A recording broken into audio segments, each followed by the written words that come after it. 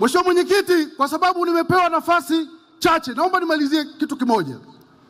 Kuna hii narrative, huu usemi unasemwa kwamba Chadema, chama changu cha zamani, wamezuiwa na serikali kwenda kushiriki uchaguzi. Huo ni uongo na mpuze kabisa.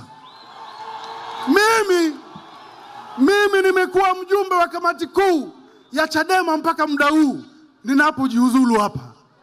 Na nimekuwa mjumbe wa kamati kuu senior toka mwaka 2010 mpaka leo. Sasa wewe Kenge akitoka huko Ziwani anakuambia mamba anaumwa, wewe ni nani unabisha? Mimi nimetoka Ziwani najua Kenge anaumwa huko.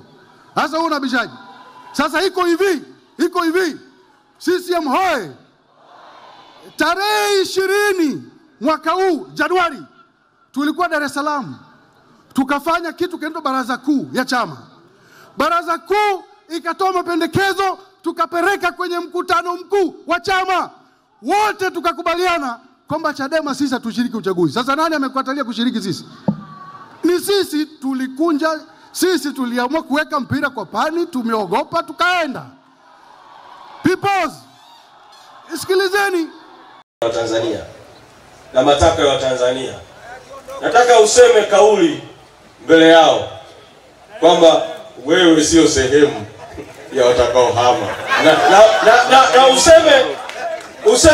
useme kutoka ndani ya nafsi, Mwenyezi Mungu akiwa anakusikia. Peoples, inaonekana katibu mkuu ameshauriana na nabii.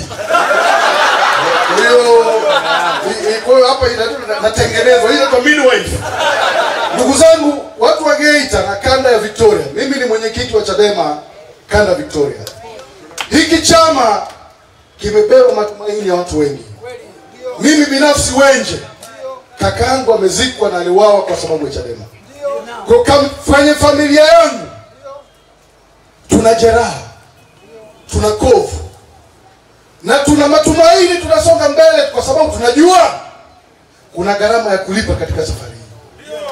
Nipo na mimi ni mwenyekiti aliuta continue. Shukrani Mheshimiwa Kaketi.